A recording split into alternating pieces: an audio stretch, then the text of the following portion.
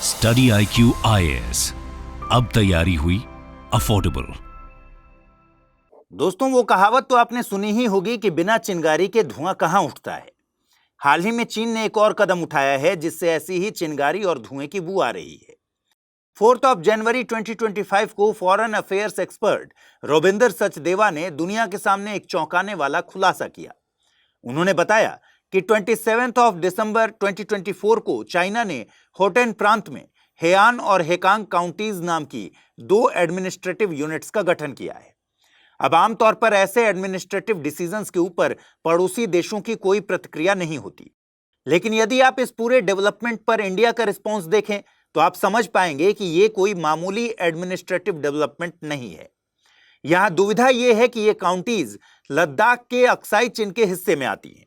हेआन county में तो कई ऐसे एरियाज शामिल हैं जो 38,000 किलोमीटर स्क्वायर में फैले अक्साई चिन में पड़ते हैं, और इसमें कोई शक नहीं कि अक्साई चिन भारत का अभिन्न अंग है।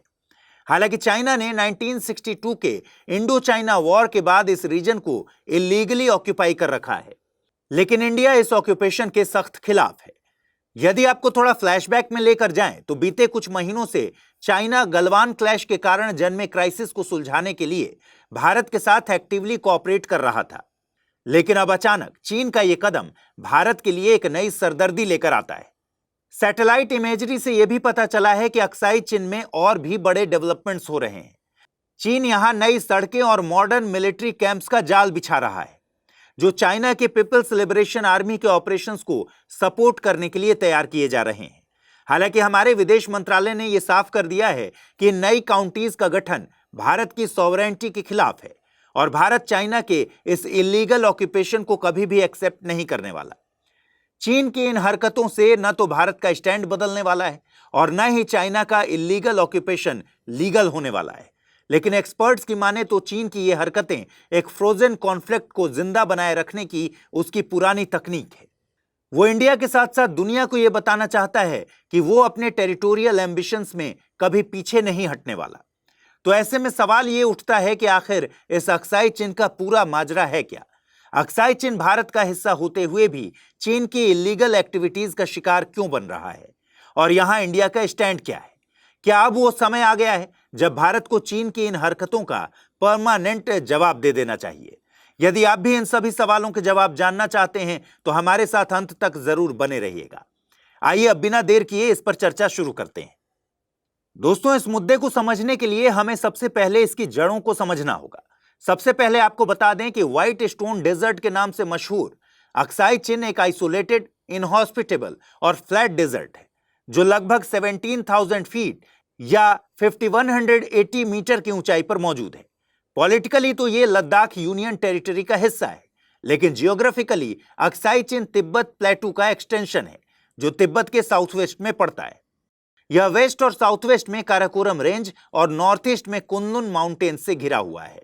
इस इलाके के हार्श क्लाइमेट के कारण इतिहास में कभी भी यह रीजन ज्यादा पॉपुलेटेड नहीं रहा। इसका इस्तेमाल मुख्य तौर पर ट्रेडिंग या पिलग्रिमेज रूट के तौर पर होता था। इसलिए ब्रिटिश हिस्टोरियन नेविल मैक्सवेल ने अक्साई चिन को नो मैंस लैंड कहा, जहां ना कुछ उगता था और ना कोई रहता था। यहां ना बारिश होती थी न स्नो पड़ता था, और इसी वजह से यहां कभी भी किसी एम्पायर ने भी कब्जा करने की कोशिश नहीं की। लेकिन फिर 18वीं शताब्दी में ब्रिटिश और रशियन एम्पायर के बीच एक ग्रेट गेम शुरू हुआ, और इस जंग में रशियन एम्पायर सेंट्रल एशिया पर कब्जा करना चाहता था। रशिया के इस एम्बिशन के पीछे कई कारण थे। पहला तो उसको एक वार्म वाटर पोर्ट की जरूरत थी, और दूसरा सेंट्रल एशिया वही रीजन था जहां से मंगोल्स रशिया पर हमला करने आए थे। यह भी एक बड़ा साइकोलॉजिकल कारण था जिसकी वजह से रशिया इस रूट को कॉन्कर करना चाहता था।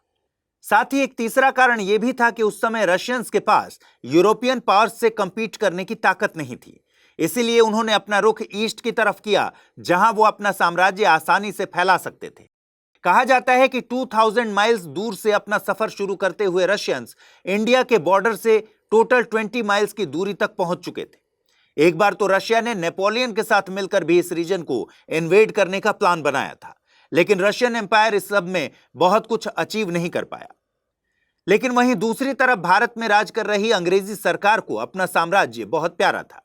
शुरुआती दौर में तो अंग्रेजों ने अक्साई चिन और तिब्बत के बीच डिमार्केशन को ज्यादा अहमियत नहीं दी, क्योंकि तब तक न तो रशियन एम्पायर ने इस रीजन पर हमला किया था और न ही चाइना का किंग एम्पायर इसमें इंटरेस्टेड था। लेकिन बाद में जब रशिया के एम्बिशंस बढ़ने लगे, तब अचानक अंग्रेजों को शिनजियांग, तिब्बत और लद्दाख जैसे रीजन की चिंता सताने लगी। यहां आपको यह भी बता दें कि 19वीं सदी के पहले हाफ तक लद्दाख का रीजन सिख साम्राज्य का हिस्सा हुआ करता था, लेकिन उसके बाद वहां डोगरा रूलर्स का राज शुरू हुआ। इसी बीच डोगरा रूलर गुलाब सिंह के मिलिट्री जनरल जोरावर सिंह काहलूरिया, जिन्हें नेपोलियन ऑफ इंडिया भी कहा जाता था, उन्होंने 1841 में तिब्बत पर हमला बोल दिया। इस लड़ाई में चाइनीज फोर्सेस ने तिब्बतन फोर्सेस की मदद की और जनरल जोरावर सिंह इस बैटल में मारे गए। इसके बाद साइनो तिब्बतन फोर्स फिर से लेह पर हमला करने के लिए आई, लेकिन डोगरा रूलर्स की फोर्सेस ने उन्हें वापस खदेड़ दिया। यह बैटल 1842 में ट्रीटी ऑफ चुशुल के साथ खत्म हुई। इसकी सबसे खास बात यह थी कि इसने तिब्बत और लद्दाख की सरहदबंदी को अंजाम दिया। इसमें तय किया गया कि लद्दाख डोगरा साम्राज्य का हिस्सा है और डोगरा रूलर्स ने तिब्बत पर अपने राइट्स छोड़ दिए। अब चूंकि चीन भी इस ट्रीटी का हिस्सा था, लिहाजा चीन ने भी ये एक्सेप्ट किया था कि अक्साई चिन लद्दाख का हिस्सा है। यहां आप सोच रहे होंगे कि हम चाइना और रशिया की बात करते करते अचानक जम्मू कश्मीर के राजाओं की बात क्यों करने लगे। तो आपको बता दें कि इस पूरे घटनाक्रम के दौरान रशियंस लगातार अपने कदम ब्रिटिश इंडिया की तरफ बढ़ा रहे थे और ब्रिटिशर्स चाहते थे कि काराकोरम के आगे का रीजन ब्रिटिश इंडिया और रशियन एम्पायर के बीच एक बफर जोन की तरह काम करे।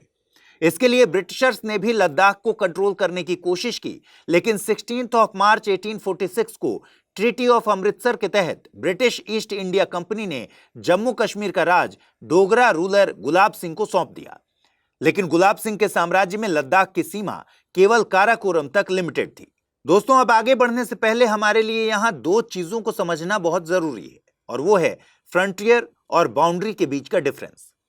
असल में फ्रंटियर एक चौड़ा वाइड बॉर्डरलैंड होता है जो अपने क्लाइमेट या डिफिकल्ट टेरेन के कारण दो राज्यों के बीच बफर का काम करता है। लेकिन वहीं दूसरी तरफ बाउंड्री एक क्लियरली डिफाइंड लाइन होती है। लेकिन पहले लद्दाख या तिब्बत के आइसोलेटेड एरिया में एब्सोल्यूट बाउंड्रीज का कोई कॉन्सेप्ट एग्जिस्ट ही नहीं करता था, क्योंकि यहां के नेचुरल फ्रंटियर्स अपना काम बखूबी निभा रहे थे। लेकिन जब यहां यूरोपियन पावर्स का आगमन हुआ तो उन्होंने लोकल और रीजनल एम्पायर्स को भी एब्सोल्यूट बाउंड्रीज एक्सेप्ट करने के लिए मजबूर किया। इसी के चलते छोटे बड़े राज्यों को दबाव या लालच में आकर अपने डोमेन को मैप करने के लिए कार्टोग्राफिक एक्सपीडिशंस भेजने पड़ते थे।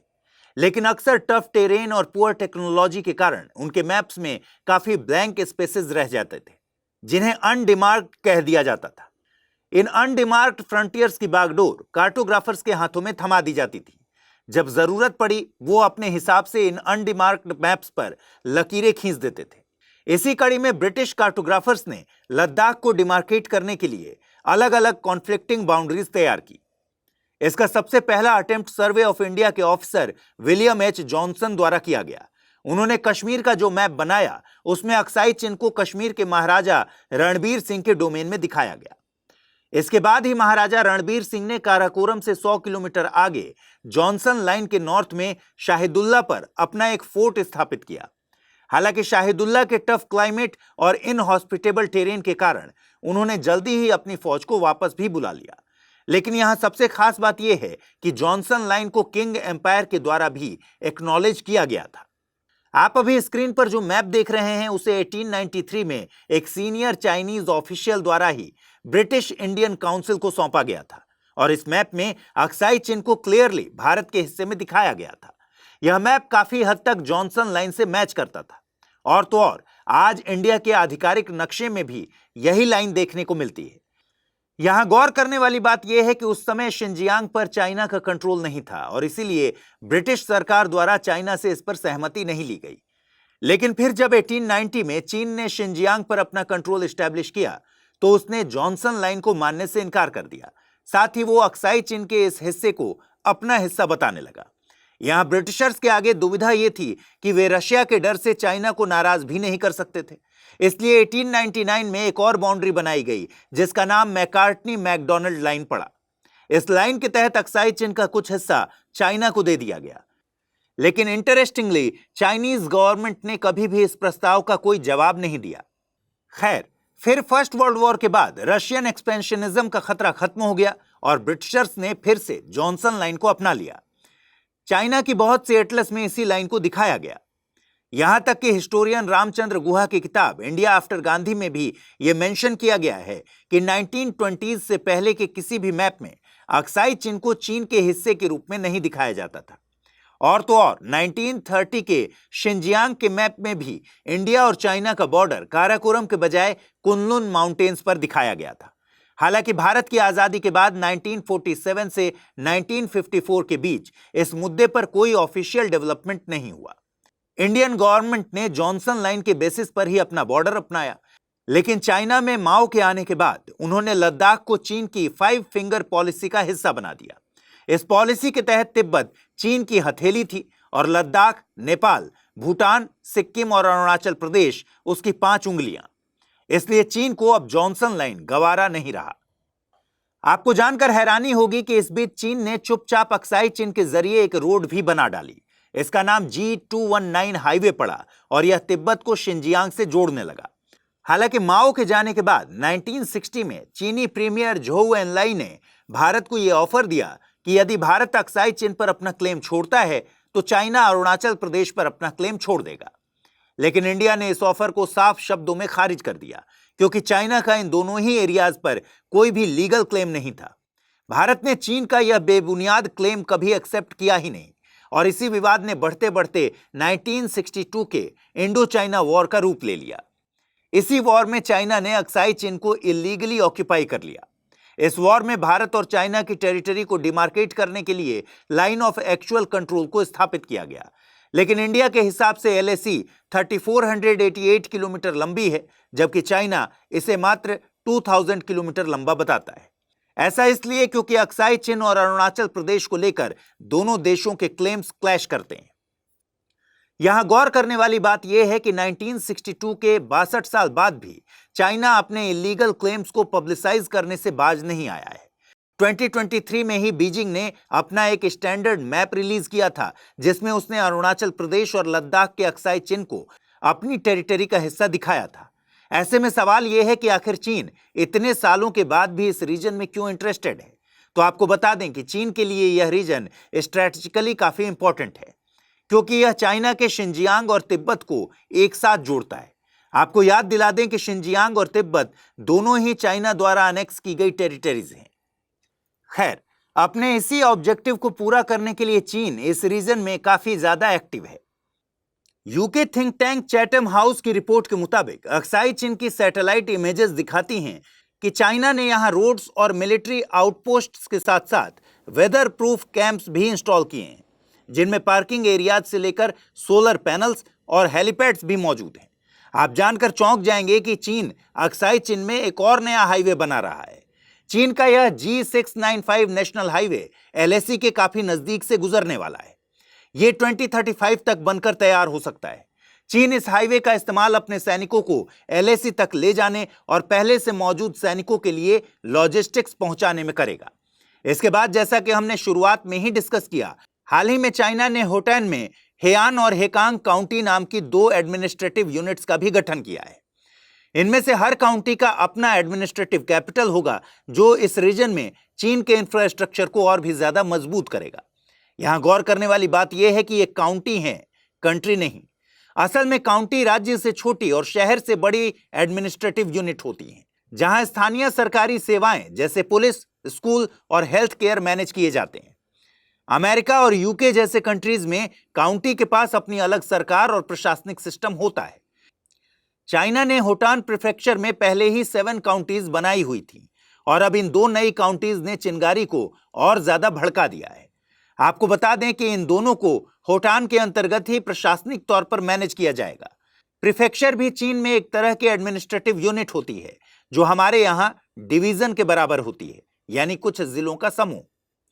यानी एक तो चाइना अपनी इलीगल ऑक्यूपेशन को अपने मन माफिक एक्सप्लॉइट कर रहा है, और ऊपर से वो आज भी यहां भारत पर दबाव बनाने के लिए झाओ एनलई की उसी पुरानी स्ट्रेटजी को अपनाने की कोशिश करता है। जैसा कि झाओ एनलई ने कहा था, अगर इंडिया चाहता है कि चाइना अरुणाचल प्रदेश से पीछे हटे तो भारत को अक्साई चिन्ह से अपना क्लेम छोड़ना होगा। आज भी वो इन दोनों क्षेत्रों के ऊपर वही ट्रिक अप्लाई करता है। आज भी यह कभी नाम बदलकर तो कभी मैप बदलकर अरुणाचल प्रदेश पर दबाव बनाता है और इसके बदले इंडिया से लद्दाख छीनने की कोशिश करता है।